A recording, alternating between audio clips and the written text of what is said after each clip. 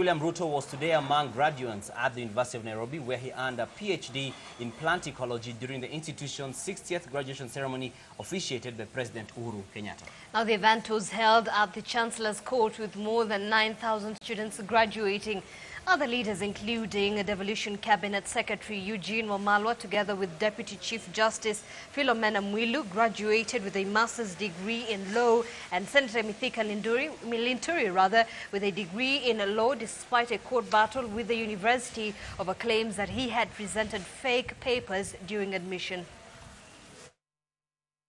Person, such as those in front of us today, are people who impart knowledge with the hope of creating prosperity, unity, harmony, and cohesiveness amongst people.